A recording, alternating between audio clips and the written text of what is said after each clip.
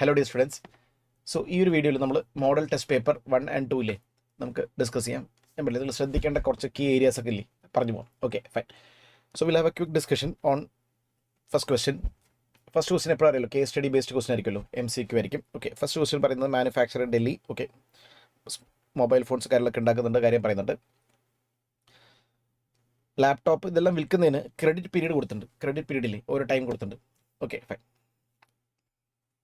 Distributors എല്ലാത്തിനും credit period കൊടുത്തിട്ടുണ്ട്. Okay, plant and machinery കാര്യങ്ങളൊക്കെ മേടിച്ചു, ITC ക്ലെയിം ചെയ്തു. ഓക്കെ, ഇനി ഡീമർജർ നടത്തിയിട്ടില്ലേ, ഒരു കമ്പനിയുടെ പോർഷനിൽ സെപ്പറേറ്റ് എൻറ്റിറ്റി ആക്കിയിട്ടില്ലേ ട്രാൻസ്ഫർ ചെയ്ത കാര്യം പറയുന്നുണ്ട്. ഓക്കെ, ഇൻ്റർനാഷണൽ ട്രേഡ് ഫെയർ നടത്തുന്നുണ്ട്, അതിൻ്റെ ഭാഗമായിട്ട് ഓർഗനൈസ് ചെയ്ത പ്രോഗ്രാംസ് ഒക്കെ പോയി. Okay, so all these things. Casual taxable personal CTP registration എടുത്തു. 45 ഡേയ്സിനാണ് രജിസ്ട്രേഷൻ എടുത്തത്. ഒരു ഡൽഹി ഗോഡൗണിന് മറ്റേ ഗോഡൗണിക്കില്ലേ, വേറെ സ്റ്റേറ്റ് ഗുജറാത്ത് ഗോഡൗണിക്ക് ഗുഡ്സ് അയച്ചു. 5 lakh rupees ഗുഡ്സ് അയച്ചു. ഓക്കെ, ഇനി ബ്രാഞ്ചിലോട്ട് അയച്ചതിൻ്റെ പേയ്മെൻറ്റ് ഇല്ലേ 180 ഡേയ്സിൽ കിട്ടിയിട്ടില്ല. ക്ലിയർ, 180 ഡേയ്സിൽ കിട്ടിയിട്ടില്ല എന്നുള്ള പോയിന്റ്സ് ആയി ഡിസ്കസ് ചെയ്യേണ്ടത്, അതൊരു നോട്ട് ചെയ്യേണ്ട സംഭവമാണ്. ഓക്കെ, ഇനി ഫസ്റ്റ് ഓഫ് ഓൾ ചോദിക്കുന്നത് what is a time limit for issue of ഇൻവോയ്സിലെ സ്മാർട്ട് ഫോണിൽ ഇൻവോയ്സ് ഇഷ്യൂ ഉള്ളത് എപ്പോഴും ഏതായിരിക്കും നമുക്ക് സെക്ഷൻ 31(1) പ്രകാരം ടൈം ഓഫ് റിമൂവലില്ലേ, on or before the time of removal. So answer എന്തായിരിക്കും ബി അല്ലേ. So at the time of removal നിങ്ങൾ എന്ത് ചെയ്യണം, ഇൻവോയ്സ് ഇഷ്യൂ ചെയ്യണം. അത് ഏതിൽ സെക്ഷൻ വരെ 31 സബ്സെക്ഷൻ 1. ഇനി ITC ക്ലെയിമിനെ കുറിച്ച് പറയുന്നുണ്ട്. 1 കോടിയുടെ മെഷീൻ ആണെങ്കിൽ ITC of 18 lakhs can be claimed. Depreciation should be claimed only on 1 crore. ഓർമ്മയുണ്ട്, അതായത് സെക്ഷൻ 16 സബ്സെക്ഷൻ 3 ആണ് അതിൽ ടെസ്റ്റ് ചെയ്യുന്ന സെക്ഷൻ 16(3) പ്രകാരം ITC shall be claimed the value excluding GST. Okay, then how shall demerge എൻറ്റിറ്റിയിൽ ഒരു separate entity ആയിട്ട് divide ആയി കഴിഞ്ഞാൽ, ഷെയർ ആയി കഴിഞ്ഞാൽ, ഹൗ ഡീമർജ്ഡ് എൻറ്റിറ്റിയിൽ ഷുഡ് ബി കൺസിഡേർഡ് എന്ന് പറയുമ്പോൾ എങ്ങനെ ആയിരിക്കണം? It will B A related person.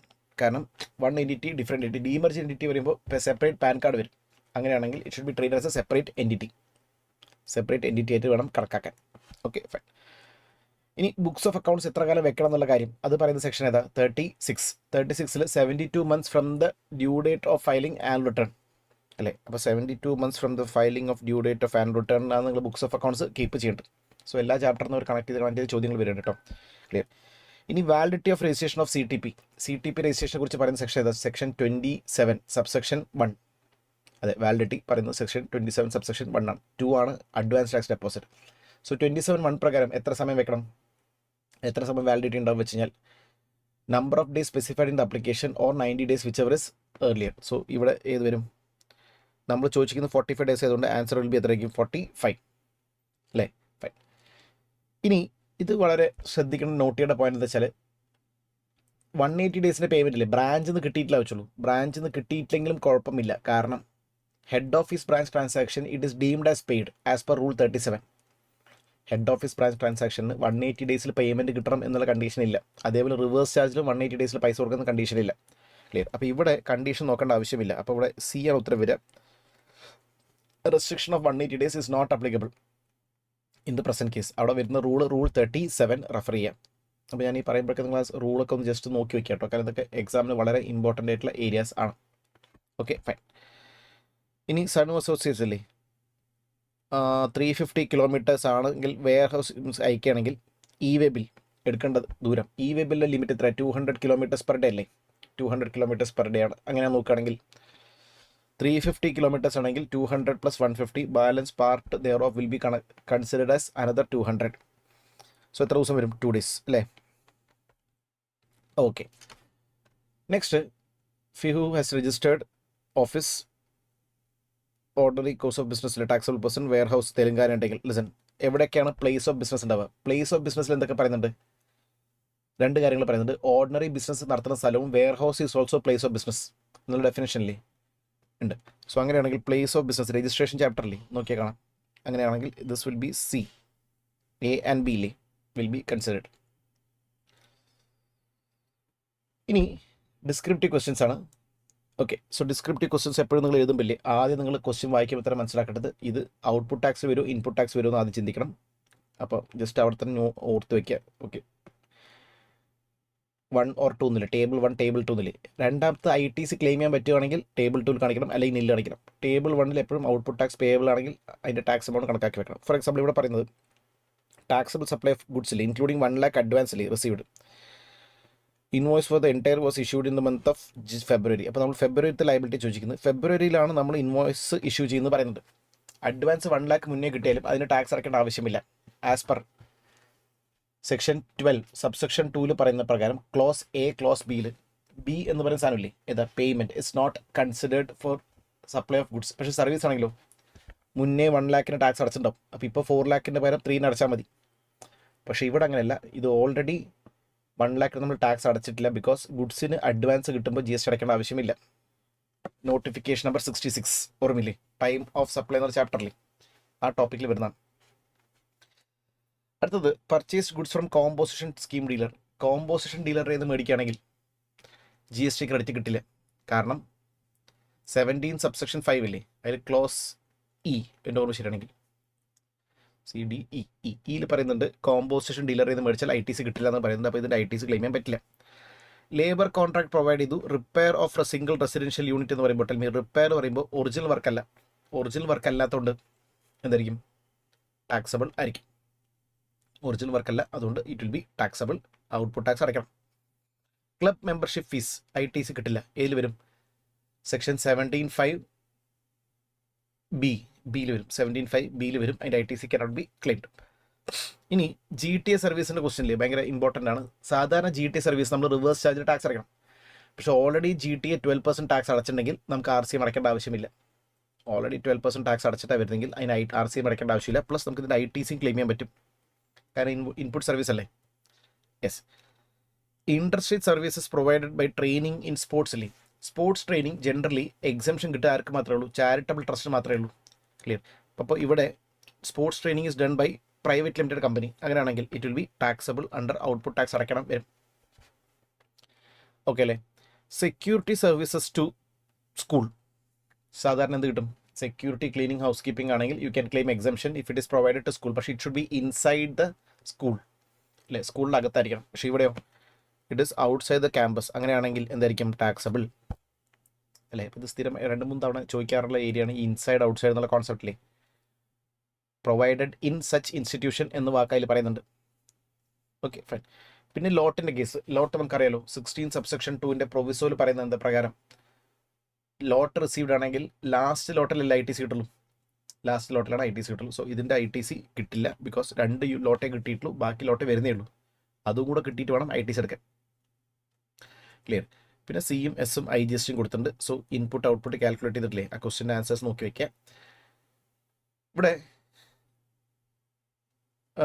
Calculate minimum tax liability എന്ന് പറയുന്നുണ്ട്. സോ ടെൽ മീ, റെഫർ ചെയ്യേണ്ടത് ഏതാ വെച്ചാൽ 49 സബ്സെക്ഷൻ A and B ഇല്ലേ പ്രകാരം IGSTയിൽ എക്സസ് ക്രെഡിറ്റ് ഉണ്ടെങ്കിൽ, മിക്കവാറും ക്വസ്റ്റിൽ ഉണ്ടാവും, IGST എക്സസ് ക്രെഡിറ്റ് ഉണ്ടെങ്കിൽ ആ എക്സസ് ക്രെഡിറ്റ് എന്ത് ചെയ്യണം, C or Sനില്ലേ ക്ലോസ് ചെയ്ത ശേഷമേ സിയുടെ ക്രെഡിറ്റ് സിയുമായിട്ടും എസിൻ്റെ ക്രെഡിറ്റ് എസുമായിട്ടും ഉപയോഗിക്കാൻ പറ്റുള്ളൂ. 49 A and B ഇല്ലേ നമ്മൾ ചാപ്റ്റർ 1 പഠിച്ചിട്ടുണ്ടാവില്ലേ, ആ അഡ്ജസ്റ്റ്മെൻറ്റ് ഇവിടെ ചെയ്യേണ്ടി വരും. ക്ലിയർ. ഇനി ആലോചിക്കുക, പ്രപ്പോർഷൻ ഒരു സ്ഥലത്ത് പേബിളും ഒരു സ്ഥലത്ത് എക്സസ് വരികയാണെങ്കിൽ അത് പറ്റില്ലല്ലോ. അപ്പോൾ എന്ത് ചെയ്യണം, പ്രപ്പോർഷൻ മാറ്റിയിട്ട് liability should be kept minimum. ആ ഒരു ഏരിയയില്ലേ നമ്മൾ പഠിച്ചതാണ്. അപ്പോൾ നോക്കി വയ്ക്കാം. ഓക്കെ. ഇനി വാല്യൂ ഓഫ് സപ്ലൈയുടെ ബേസിക് ക്വസ്റ്റൻ ആണ്. വലിയ സിമ്പിൾ സാധനമാണ് കൊടുത്തിരിക്കുന്നത്. ഓക്കെ. വാല്യൂ ഓഫ് സപ്ലൈ ഇത് പഴയൊരു മോഡൽ ക്വസ്റ്റൻ അവർ റിപ്പീറ്റ് ചെയ്ത് മാത്രമേ ഉള്ളൂ. ലിസൺ, പ്രൈസ് കൊടുത്തിട്ടുണ്ട്. Packing charges, commission, weight charges ഒക്കെ എന്ത് ചെയ്യണം, ആഡ് ബാക്ക് ചെയ്യണം. 15 സബ്സെക്ഷൻ 2 ക്ലോസ് C പ്രകാരം അറിയാലോ, ക്ലോസ് C പ്രകാരം it is incidental expenses related to supply ആണെങ്കിൽ it should be taxable. Okay. Discount ആണെങ്കിൽ, റെക്കോർഡഡ് ഇൻവോയ്സ് ആണെങ്കിൽ എന്ത് ചെയ്യാൻ പറ്റും, it can be deducted as per 15 subsection 3 clause A. 15(3)A പ്രകാരം discount can be deducted. Okay. Yes. So ഈ ഒരു area നമ്മൾ ഡിസ്കസ് ചെയ്തതിൽ ഈ കാൽക്കുലേഷൻസ് ഇല്ലേ ഒന്ന് നോക്കി വയ്ക്കുക. കമ്പ്യൂട്ടേഷൻ അവിടെ കൊടുത്തത്. അപ്പോൾ GST ലയബിലിറ്റിയില്ലേ കണക്കാക്കേണ്ടി വരും. ഒന്ന് ഇൻട്രാ സ്റ്റേറ്റും ഒന്ന് ഇൻട്രാ സ്റ്റേറ്റും ആവും. കാരണം വെച്ചാൽ ഒരാൾ വിത്തിൻ സ്റ്റേറ്റും ഒരാൾ ഔട്ട്സൈഡ് സ്റ്റേറ്റാണ്. ക്ലിയർ. സോ ബേസിക് ക്വസ്റ്റൻ ആണ്, വലിയ സിമ്പിൾ സംഭവമാണ്. ഓക്കെ. അടുത്തത് ഗവൺമെൻറ് റിലേറ്റഡ് എക്സംഷൻസ് ഇല്ലേ, അതിൽ പഠിക്കേണ്ട കോൺസെപ്റ്റ്സിൽ ഒന്നാണ്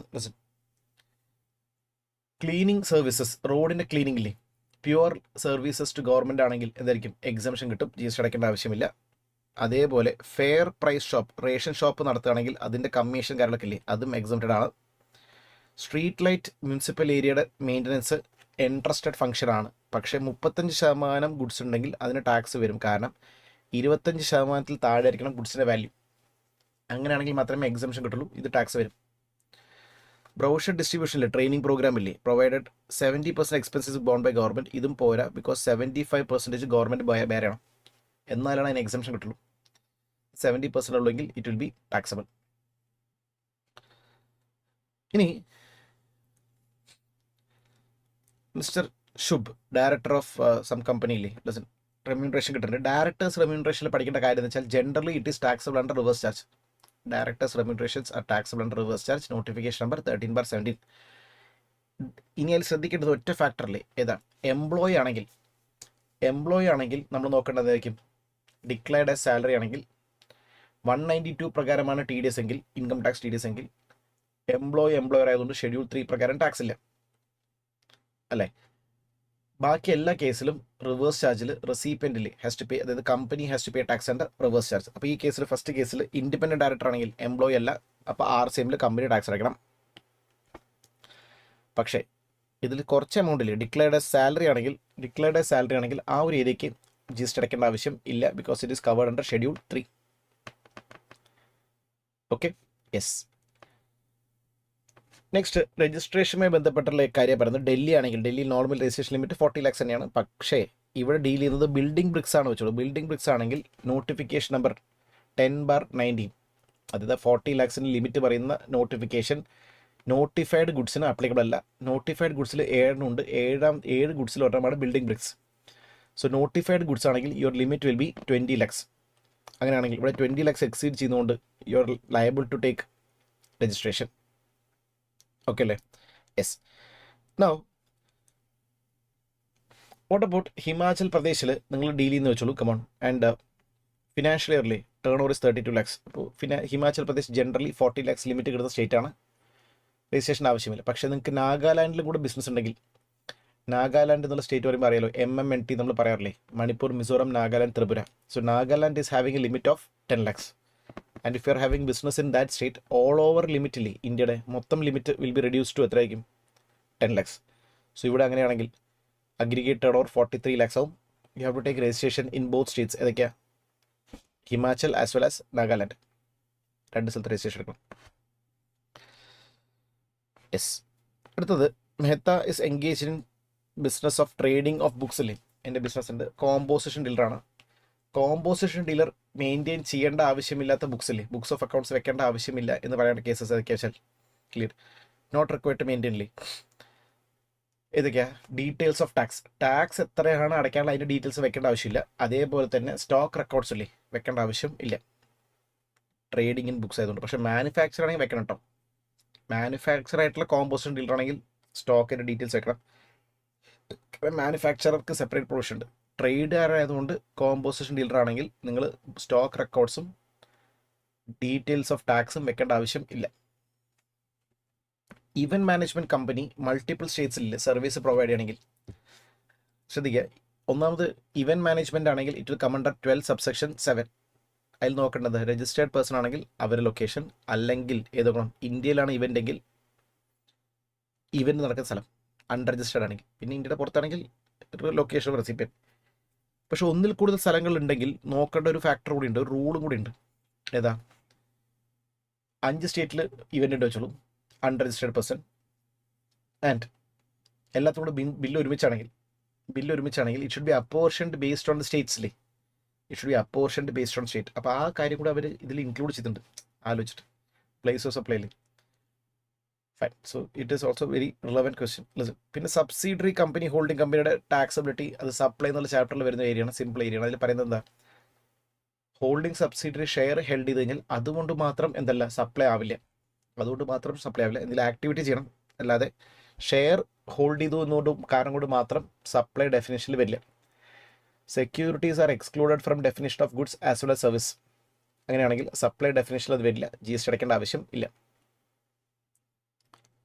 ഓക്കെ, ഫൈൻ. ഇനി how a return can be revised after filing the same if some changes are to be made. അപ്പോൾ റിട്ടേൺ എന്നുള്ള ചാപ്റ്റർ നോക്കിക്കഴിഞ്ഞാൽ അതിൽ വരുന്നൊരു പോയിന്റാണ് അമെൻമെൻറ്റ്. അപ്പോൾ ആദ്യം മനസ്സിലാക്കുക, there is no concept of revise return under GST. Only thing you can do is make amendment in the GST return filed in next month.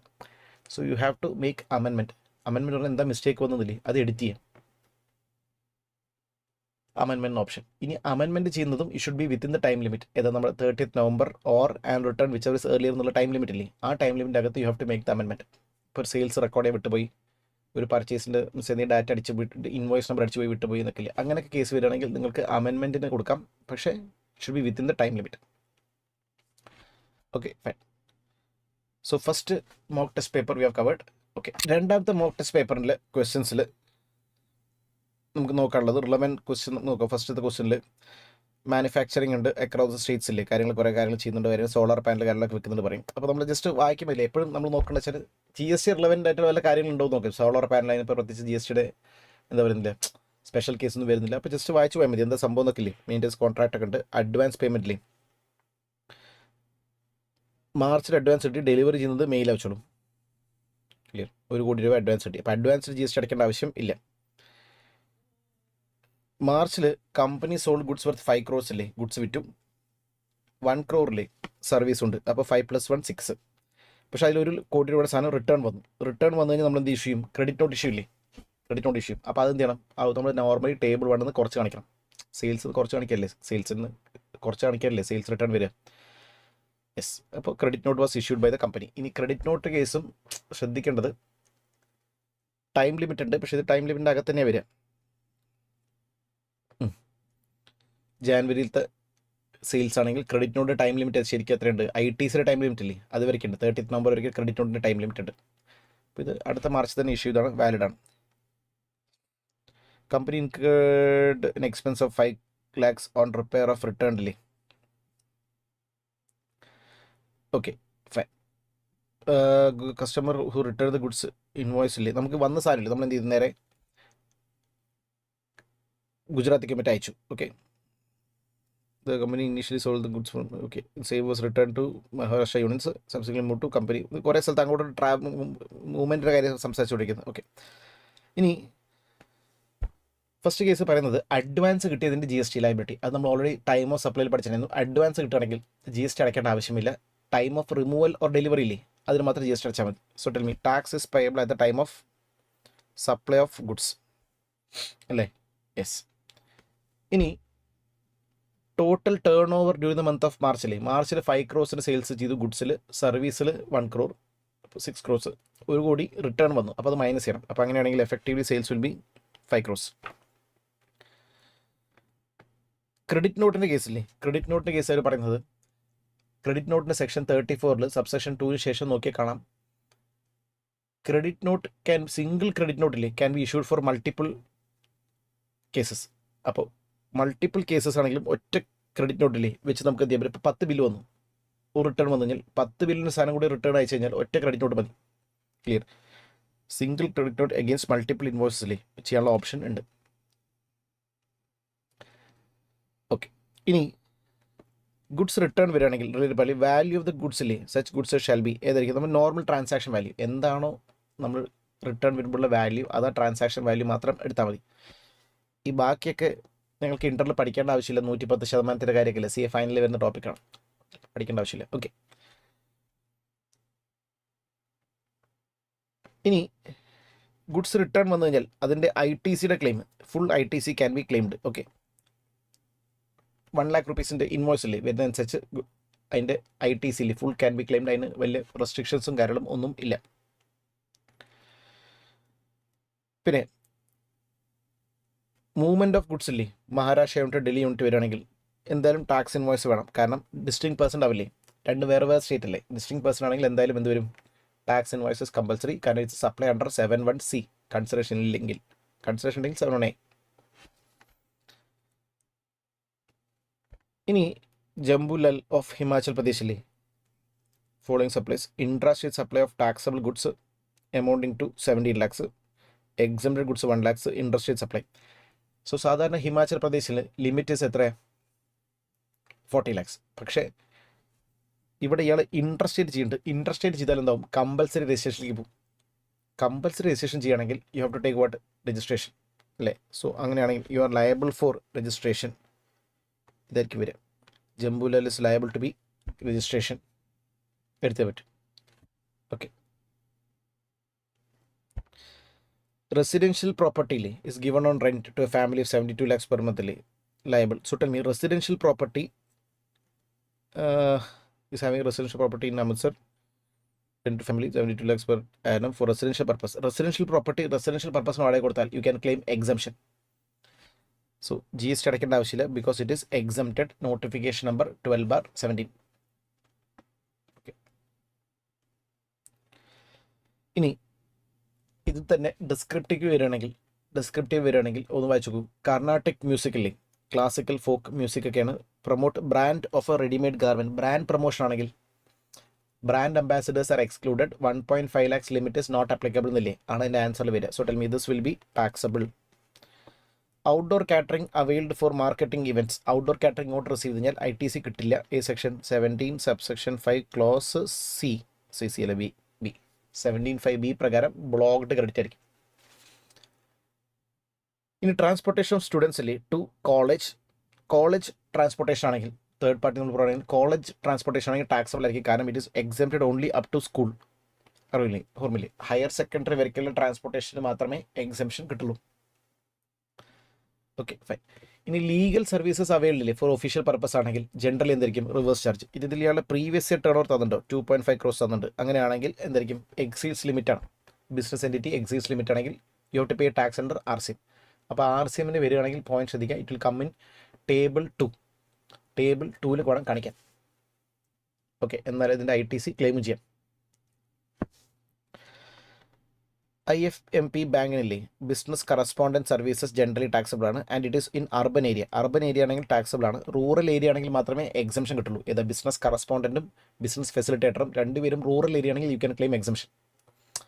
ഇത് അർബൻ ആയതുകൊണ്ട് it is taxable under FCM.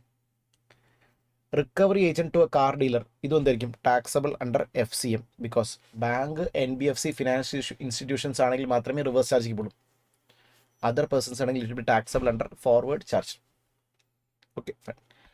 Insurance taken for car ITC കിട്ടില്ല അല്ലെ, insurance കിട്ടില്ല. Section പ്രകാരം 17(5)(a)(b) പ്രകാരം ഇൻഷുറൻസിൻ്റെ ITC cannot be claimed. Okay yes.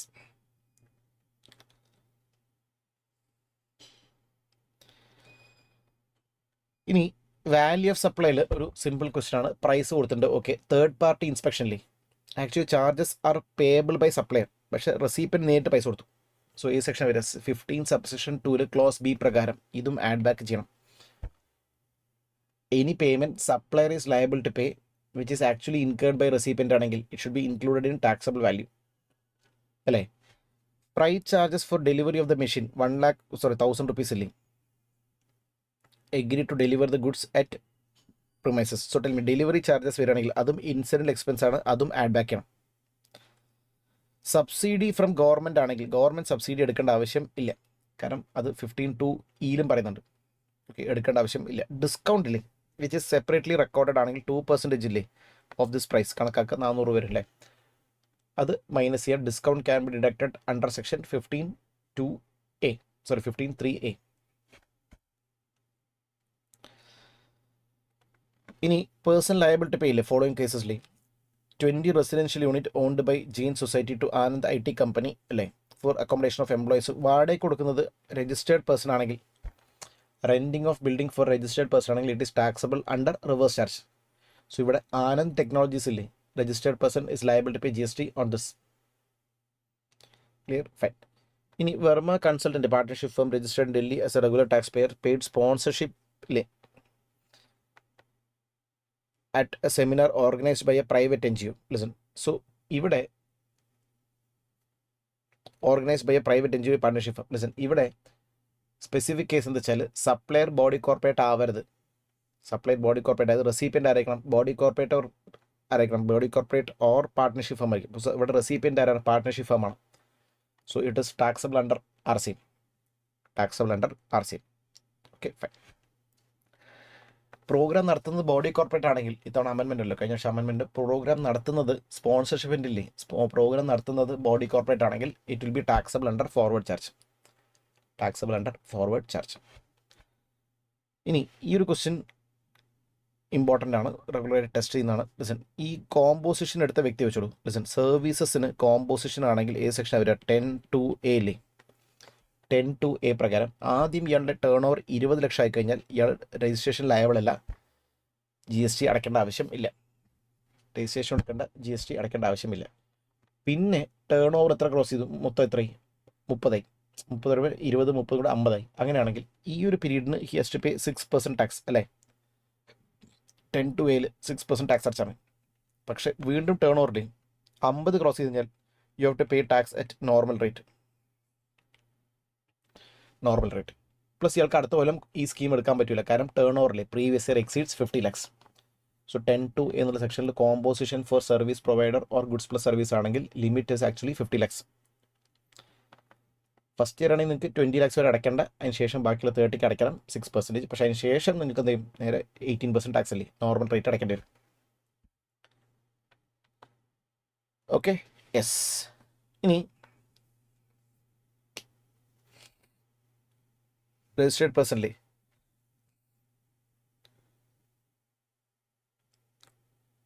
Okay, ഇവിടെ GST return file ചെയ്യാത്ത കേസുകൊണ്ട് ഇ-വേ ബിൽ എടുക്കാൻ പറ്റാത്ത കേസിൽ അതിൽ ശ്രദ്ധിക്കുക, 2 ലോജിക്കാണ്. ഒന്ന്, 2 മാസത്തിൽ കൂടുതൽ GST റിട്ടേൺ ഫയൽ ചെയ്തില്ലെങ്കിൽ ഇ-വേ ബിൽ ജനറേറ്റ് ചെയ്യാൻ പറ്റില്ല. പക്ഷേ അത് റെസിപ്പിയൻറ്റിനില്ലേ പ്രശ്നമില്ല, സപ്ലയർക്ക് മാത്രമേ എടുക്കാൻ പറ്റാത്തുള്ളൂ. റെസിപ്പിയൻറ്റിന് എന്ത് ചെയ്യാൻ പറ്റും, ജനറേറ്റ് ചെയ്യാൻ പറ്റും. ക്ലിയർ. സോ സപ്ലയർക്ക് പറ്റില്ലെങ്കിൽ റെസിപ്പിയൻറ്റിന് എടുക്കാൻ പറ്റും എന്നാണ് എൻ്റെ ആൻസർ വരിക. യെസ്.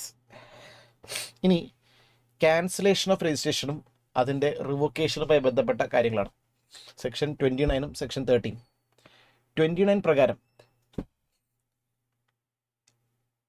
വോളണ്ടറി രജിസ്ട്രേഷൻ എടുത്ത ശേഷം, എനിക്കൊരു വോളണ്ടറി അല്ലാതെ വോളണ്ടറി രജിസ്ട്രേഷൻ എടുത്തിട്ട് 6 മാസമായിട്ട് ബിസിനസ് തുടങ്ങിയിട്ടില്ലെങ്കിൽ ഓഫീസർക്ക് എന്ത് ചെയ്യാൻ പറ്റും, ക്യാൻസൽ ചെയ്യാൻ പറ്റും 29 സബ്സെക്ഷൻ 2 പ്രകാരം. ക്ലിയർ. സോ അതാണ് ആദ്യം എഴുതേണ്ട പോയിന്റ്. രണ്ടാമത്തത്, നമുക്ക് റിവോക്കേഷൻ അപ്ലൈ ചെയ്യാം. ഓക്കെ, ജെന്യൂൻ റീസൺ ആണെങ്കിൽ റിവോക്കേഷൻ അപ്ലൈ ചെയ്യാം. Application should be within 90 days from എവിടെ നിന്നായിരിക്കണം, ഡേറ്റ് ഓഫ് ഓർഡർ ഓഫ് നോട്ടീസിൽ വന്ന ശേഷം 90 days നമുക്ക് അപ്പീൽ പോകാം. അവിടുന്ന് എക്സ്റ്റൻഷൻ ചോദിക്കാം 180 days എക്സ്റ്റൻഷൻ ചോദിക്കാം റിവോക്കേഷൻ സെക്ഷൻ 30 പ്രകാരം. സോ ആ 2 പോയിന്റാണ് ഇതിൽ ഡിസ്കസ് ചെയ്യുന്നത്. ഓക്കെ, ഇനി ഓവർ ദ കൗണ്ടറിൽ വേറെ സ്റ്റേറ്റിൽ നിന്ന് മേടിക്കുകയാണെങ്കിൽ, ഇപ്പോൾ ഞാൻ പോയിട്ട് വേറെ സ്റ്റേറ്റിൽ നിന്ന് മേടിക്കുകയാണെങ്കിൽ 2 കോൺസെപ്റ്റാണ്. ഒന്ന് രജിസ്റ്റേർഡ് പേഴ്സൺ മേടിച്ചാൽ, അൺരജിസ്റ്റേർഡ് പേഴ്സൺ മേടിച്ചാൽ. രജിസ്റ്റേർഡ് പേഴ്സൺ മേടിച്ചാൽ location of recipient. Unregistered person മേടിച്ചാൽ അഡ്രസ്സ് ഇല്ലേ അയാൾ മെൻഷൻ ചെയ്ത് കഴിഞ്ഞാൽ, അഡ്രസ്സ് സ്പെസിഫൈഡ് ആയി മെൻഷൻ ചെയ്ത് കഴിഞ്ഞാൽ 10(1)(CA) പ്രകാരം ലൊക്കേഷൻ ഓഫ് റെസിപ്പിയൻറ്റ്. ക്ലിയർ. ഇനി അഡ്രസ്സ് ഒന്നും മെൻഷൻ അല്ലെങ്കിൽ എവിടെയാണോ അത് ഡെലിവറി ചെയ്തെന്നില്ലേ അത് നോക്കേണ്ടി വരും, എവിടെ ഡെലിവറി ചെയ്ത സ്ഥലമില്ലേ അത് നോക്കേണ്ടി വരും. ഓക്കെ, പിന്നെ ഈ പോയിന്റ് തൊട്ട് മുകളിലത്തെ ക്വസ്റ്റിൽ തന്നെ ഇവന്റ് മാനേജ്മെന്റ് കാര്യം നമ്മൾ ഓൾറെഡി പറഞ്ഞായിരുന്നു. ഓക്കെ, ഇനി ഇലക്ട്രോണിക് ക്യാഷ് ലെജറിന്റെ യൂട്ടിലൈസേഷനെ കുറിച്ചാണ് ചോദ്യം. Okay, use make payment of any tax under GST law. അപ്പോൾ ഇവിടെ ഉദ്ദേശിക്കുന്ന സെക്ഷൻ നമ്പർ ഏതാ, 49 സബ്സെക്ഷൻ 4 കോട്ട് ചെയ്യണം. Input tax eligible in credit ledger can be utilised only against output tax. Output tax definition പറയുന്നത് 2 sub clause 82 അല്ലേ. അതിൽ തന്നെ ഏത് ഒഴിവാക്കുന്നുണ്ട്, RCM is not output tax. അത് നിങ്ങൾ ക്യാഷ് ലെജർ തന്നെ അടയ്ക്കണം. അതേപോലെ അടുത്ത പോയിന്റ് പറയുന്നത്, ഓക്കെ, പെനാൾട്ടി ഇൻട്രസ്റ്റ് കാര്യങ്ങളൊക്കെ ഇല്ലേ, ലേറ്റ് ഫീ, അതും എങ്ങനെ അടയ്ക്കാം, should be paid through cash ledger. അതും ക്രെഡിറ്റ് ലെജറിൻ്റെ സപ്പോർട്ട് കിട്ടില്ല. So credit ledger can be utilised only against ഏതായിരിക്കും, ഔട്ട്പുട്ട് ടാക്സ്. ക്ലിയർ. സോ ഇതാണ് നമ്മൾ MTP ക്വസ്റ്റ്യൻസിൻ്റെ ഒരു discussion. So hope this will be useful. അപ്പം നമ്മൾ പെട്ടെന്നല്ലേ ജസ്റ്റ് ഒരു ഓവർവ്യൂ തരാനും പെട്ടെന്ന് ഐഡിയ കിട്ടാനല്ലേ എങ്ങനെയാണ് ഇതിൻ്റെ എഴുതേണ്ടത്, എന്തൊക്കെ കീവേഡ്സ് എന്തൊക്കെ കാര്യങ്ങളൊക്കെ അല്ലേ, പെട്ടെന്ന് സമ്മറിക്കാണ് നമ്മൾ ഈ ഒരു വീഡിയോ ചെയ്തത്. ഓക്കെ.